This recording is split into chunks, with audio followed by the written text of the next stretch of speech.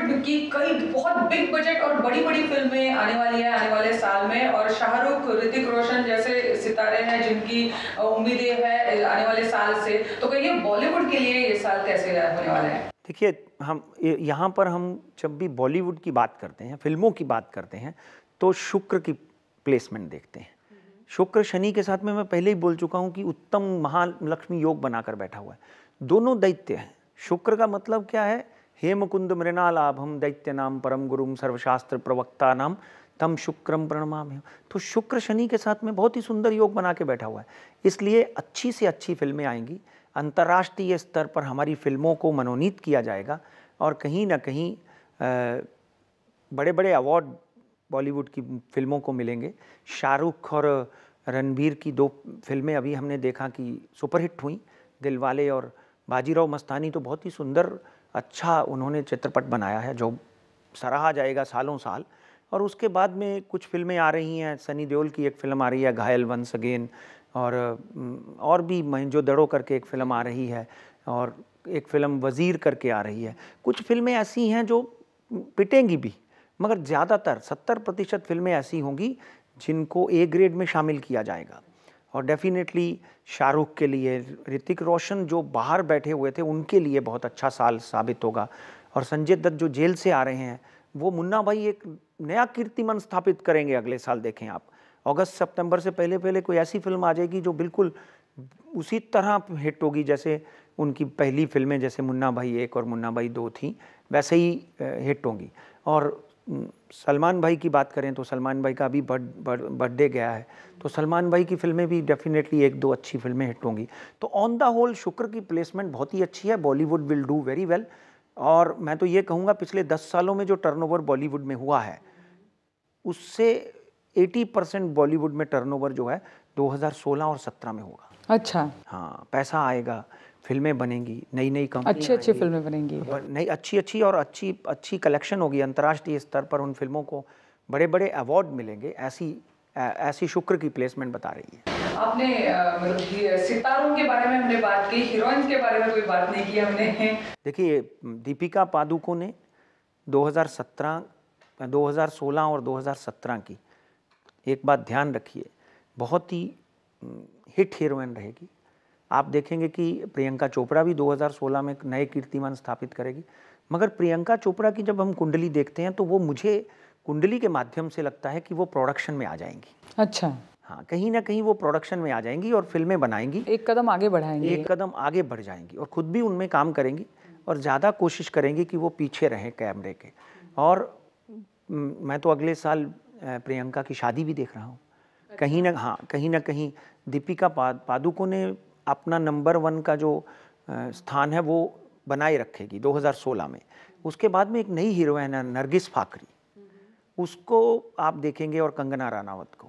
ये 3 हीरोइन जो हैं कहीं ना कहीं बॉलीवुड में अपना नंबर 1 स्थान बना के रखेंगी। आलिया भट्ट है, उस 2nd-3rd पोजीशन में अच्छा काम करती रहेंगी।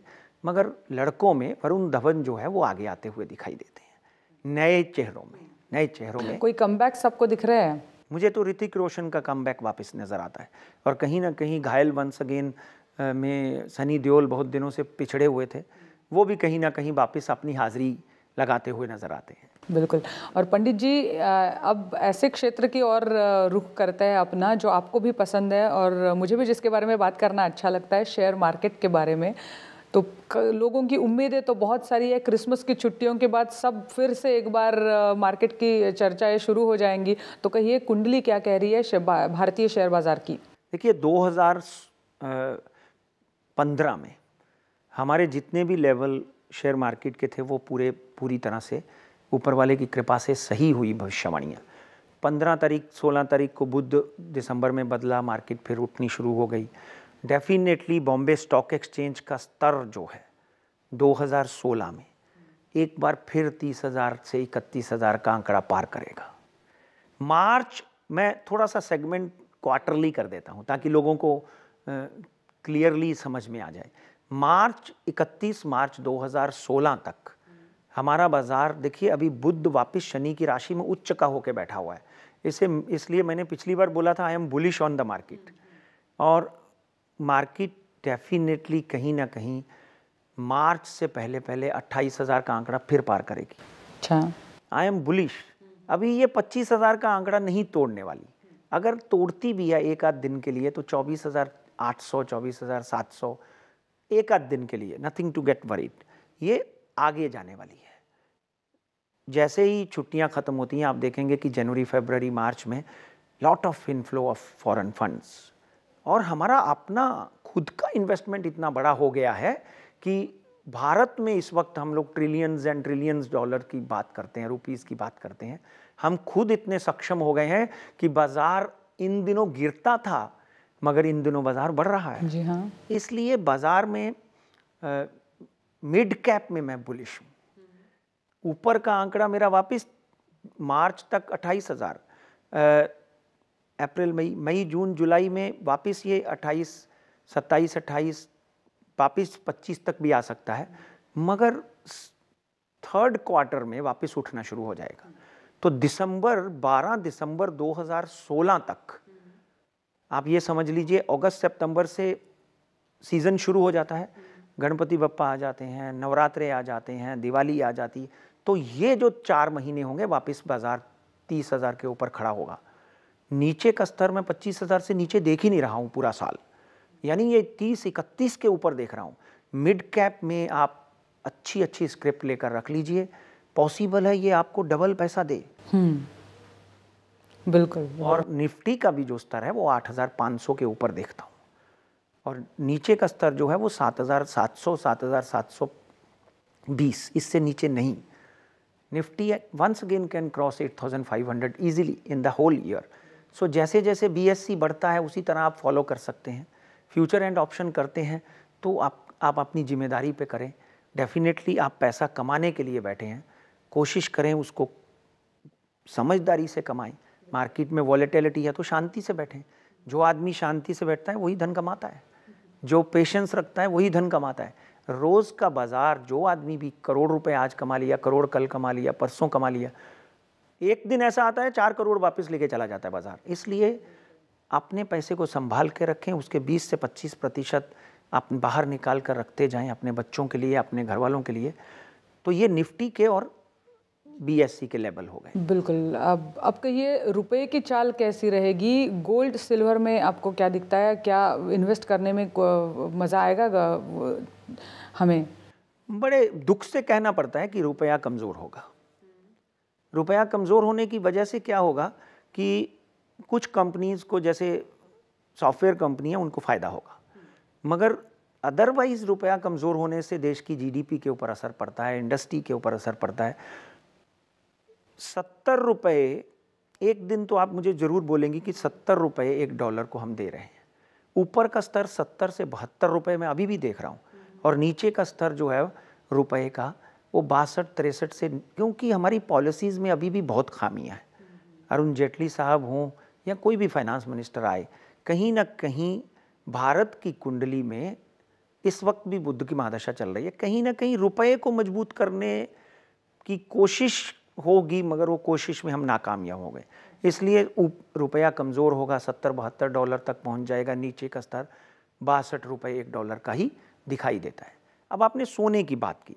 सोने की इम्पोर्टेंस ये है कि गुरु आप पॉजिटिव है, सूर्य की राशि में बैठा हुआ है। सोना पूरे वापिस सोना 24,000 से नीचे नहीं जाएगा। वंस अगेन अगर 23,500 तक आ भी जाता है कभी 1-2 दिन के लिए, तो सोने में आप इन्वेस्ट करके बैठिए। सोना वापिस 30 से 32,000 रुपये 10 ग्राम होना है। 1,076 इस वक्त, 1,070 इस वक्त पर आउंस डॉलर में चल रहा है, और ये वापस 1300-1400 डॉलर होता हुआ दिखाई देगा। सोने में वापस उठान आएगा। चांदी तो मैं हमेशा आपको बोलते आया हूँ कि जो लोग सोने में इन्वेस्ट नहीं कर पाते वो चांदी की इन्वेस्टमेंट करेंगे, चांदी में खरीदेंगे, चांदी में आभूषण बनेंगे, चांदी में गहने बनेंगे। तो चांदी का स्तर नीचे का 32,000 और ऊपर का मित्रों बहुत ही सुंदर 45,000, 45,000। इसलिए 32-33,000 रुपये मैं बार बार कहता हूँ इन्वेस्ट कर लो, चुपचाप बैठ जाओ। आप कमाते रहिए ना, आपका एवरेज नीचे आता है। आपने देखा होगा 32,800 मेरा नीचे का स्तर था, चांदी वापस 35,000 के करीब करीब घूम रही है। तो सोने और चांदी का माहौल जो है ऐसा रहेगा। तेल की बात करें तो तेल, आई डोंट नो हमारे एनालिस्ट को क्या हो गया है। देखिए ओपेक की रिपोर्ट, मैं तो सब खबरों को भी पढ़ता हूँ, शनि की प्लेसमेंट, तेल 22, आप हमेशा लोग बोलते थे ये 2200 से नीचे आ जाएगा, 2000 से नीचे आ जाएगा। तेल को मैं 2200 से नीचे आता नहीं देखता हूँ। कुछ दिनों पहले हमने राजमंत्र में कहा था, वापिस तेल 2480 के ऊपर आ गया, वापिस तेल $32 से $36 पे आ गया। तेल का ऊपर का स्तर आज भी मैं $60 मानता हूँ।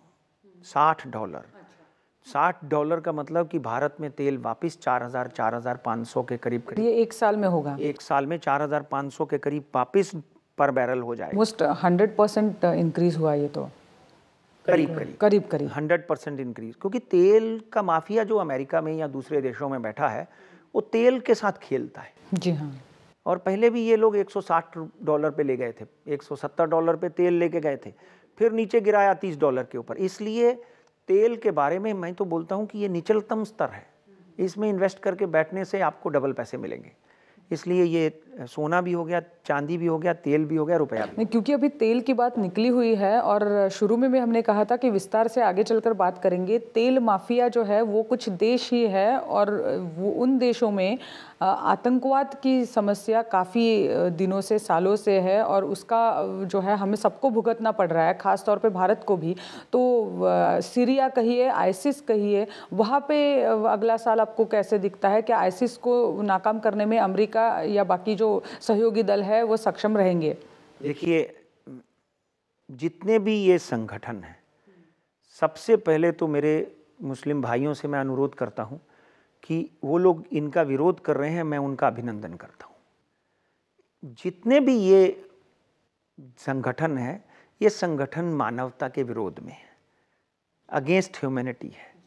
ये कोई ऐसा धर्म युद्ध नहीं सिखाता है जो इस तरह गरीब और निहत्थे और नाइंसाफ़ी करे। मगर ये जो इनमें कम से कम 70% लगाम अमेरिका लगाने में कामयाब होगा। मगर यहाँ पर अमेरिका की बात करें तो अमेरिका इनके ऊपर लगाम भी लगाता है, इनको बढ़ाता भी है, क्योंकि उसको तेल चाहिए।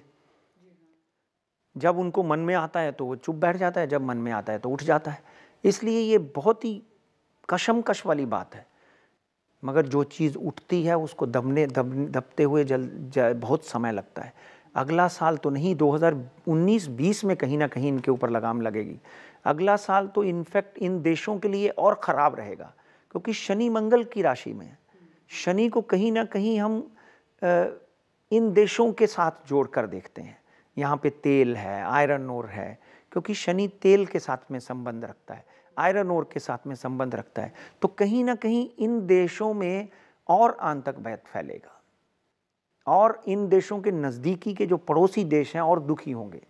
चाहे वो ईरान है, इराक है, ईरान में अभी कुछ नहीं हो रहा, ईरान में होगा, इराक है, सीरिया है और यमन है। ऐसे इन देशों में और समस्याएं बढ़ेंगी, कम नहीं होती हुई दिखाई देगी। और भारत में आपको कैसे लग रहा है कि क्या हमें भी आतंकी समस्याओं से उलझना पड़ेगा आने वाले साल में? डेफिनेटली हमको भी जूझना पड़ेगा, मगर हमारी सुरक्षा कर्मी और हमारे देश के नेता, हमारे देश के प्रधानमंत्री माननीय नरेंद्र मोदी सक्षम है इनको चुनौती देने के लिए। आप देखेंगे कि अगर कोई ऐसी घटना होती हुई दिखाई भी देती है तो उसका मुंह तोड़ जवाब दिया जाएगा। भारत में जिस तरह की प्रगति हुई है अभी 2016 में, उसमें 50% और बढ़ोतरी होगी। मगर मैंने पहले ही बोला है कि मेरे को तो अपने देश की नज़र उतारने का मन कर रहा है। हमको चौकन्ने रहना है, हर आदमी को चौकन्ने रहना है। आतंकवाद हमारे देश में ही नहीं है, पूरे विश्व में फैला हुआ है। इसलिए मैं तो पूरे विश्व की शांति के लिए प्रार्थना करता हूँ। और पंडित जी, मैं तो चाहूँगी हम विश्व की शांति ऐसी एक प्रार्थना से ही समारोप करेंगे, क्योंकि अभी समय हमारे पास बहुत कम है, तो ऐसी कटु विषय से मैं भी समारोप नहीं करना चाहूँगी। तो क्या मंत्र रहेगा आने वाले समय के लिए, आने वाले साल के लिए, हमारे दर्शकों के लिए? बिल्कुल, देखिए, मैं तो पूरे विश्व के लिए, पूरे विश्व में शांति की स्थापना के लिए और जिन लोगों की बुद्धि भ्रष्ट हुई है उनकी बुद्धि सात्विक हो जाए, उनमें सकारात्मकता आ जाए, मैं तो भगवान श्री कृष्ण के सामने प्रार्थना करूँगा और उस रब, उस अल्लाह से भी प्रार्थना करूँगा कि भाई कहीं ना कहीं आप इन सबको बुद्धि जो है वो प्रदान करें। इसलिए यहाँ पर मैं एक मंत्र के साथ समापन करता हूँ कि शांताकारं भुजगशयनं पद्मनाभं सुरेशं विश्वाधारं गगनसदृश्यं मेघवर्णं शुभांगं लक्ष्मीकान्तं कमलनयनं योगी विद्यानगम्यं वंदे विष्णु भवविहरं सर्वलोकैकनाथम।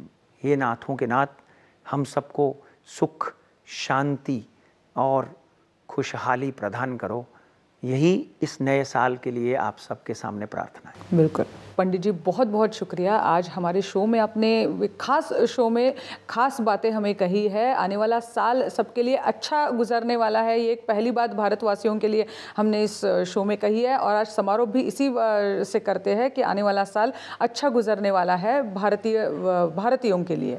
आज या शोमध्ये आपण इथेच थांबतोय। आशा करतो की तुम्हाला आवडला असेल हा शो।